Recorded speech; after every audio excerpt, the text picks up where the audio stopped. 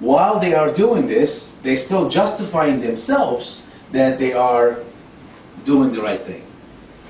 So Caiaphas was the acting high priest. They take it to Ananias, and they ask Jesus. And so they said, "So who are you? What are you teaching? And who was your disciples?" And Jesus says, "Wait a minute. I didn't do anything in secret. Nothing in secret. Everything I did it wide open. I did it in open. I made sure that everybody they could hear me. I did it in the synagogues. I did it all over open areas. I was preaching and teaching, not a secret. You can ask anyone and everyone who heard me. So why are you questioning me when everybody heard and listened all this time when I was preaching and teaching?" And he says, "Okay." So Jesus says, "Bring your witnesses and bring your charges. Why are you asking me questions? Ask them, bring your witnesses, let them tell me. Let them, if I said anything wrong, let them say it." Verse 22, and when he said these things, one of the officers who stood by struck Jesus with the palm of his hand, saying, "Do you answer the high priest like that?" So here, one of the officers standing right next to Jesus, and when Jesus answered, he slapped Jesus. Can you imagine? Now the Lord standing there, and imagine, so what a humbleness that he has in his face, or how sweet that he was. He's standing, he's answering, he has the holiness in his face, and someone had the audacity to actually slap him. Slapping God across the face. And he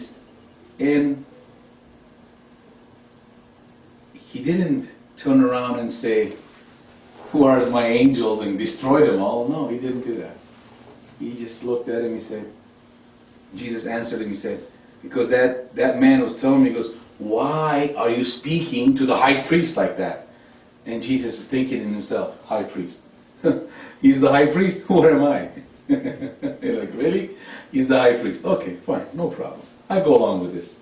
But he didn't answer. You see, he didn't say, we would see this in the Acts later on in other chapters when Paul was in the same situation. But he apologized. He said, "I take it back if I offended the high priest." But here Jesus, defending his deity, he did not say nothing back. He didn't say, "Oh, I'm sorry, I offended you, high priest." No. He knows who he is. He's like, "Okay, I'm not going to say much, but I am God, and I really don't have to explain myself to you, but okay, let's go on with the charade that you guys want to play this game. Okay, fine." So Jesus answered, verse 23, and he said, "I have spoken evil? If I have spoken evil, bear witness of the evil. But if well, why do you strike me?" He said, "You just slapped me.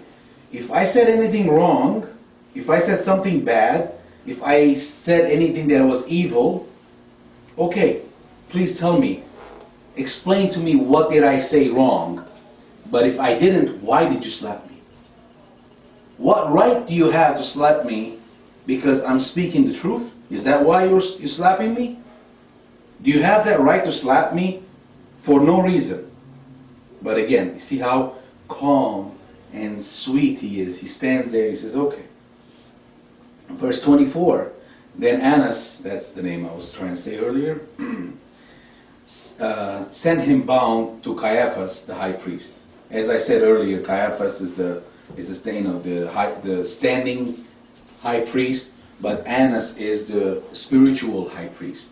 Okay? So now, again, like a sheep, like a lamb, bound, they take Jesus and they take him to the other. So they're breaking all these laws. First of all, they were not supposed to bring anybody here. They did. This is a secret.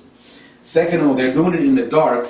They're not supposed to, against the Mosaic laws, okay, the Moses laws. So all these laws that they're breaking, they're doing it all, but they're justifying it because, see, the whole idea is we're going to find out why they're doing this, because they're trying to get a conviction right away while Pilate is in town. And we're going to come to that in a minute. Pilate, the Roman governor, he's in town. See, Pilate doesn't come to town. He doesn't like Jerusalem. He doesn't like the Jews. He cannot stand them. He doesn't want to be there. He comes only during the holidays because he has to be there. And he brings in extra reinforcements of soldiers, extra reinforcements of bodyguards, extra security, because he doesn't want nothing to get out of hand, because Rome is already upset. He's already got so many strikes against him, Pilate, that Rome is already trying to say, hey, we're going to change you if you don't, keep that place. Because it's his job to keep the peace in that area. So if there's some kind of an uprising, the problem is going to arise. So now what happens is Pilate is going to get in trouble from Rome. So Pilate doesn't want to get in trouble, but he doesn't care about these people. So he comes during the holidays, because every Jew from the world comes, especially to this holiday. They all come to Jerusalem. So now it's like if there's a, if it says 100,000 people in a normal time, during this holiday, or most of the holidays, especially this particular holiday, is 1 million people. So the population explodes. So there's so much more people there. So the security has to be so much more. So he's there. So now these religious leaders, they're thinking, okay, while he's here, we can get this man Jesus taken care of. But they have to do it fast, because Pilate will leave after the holiday is gone. So they have to wait. They don't want to miss that opportunity. Okay? I'm check. Det här, det kan vara gamla planer.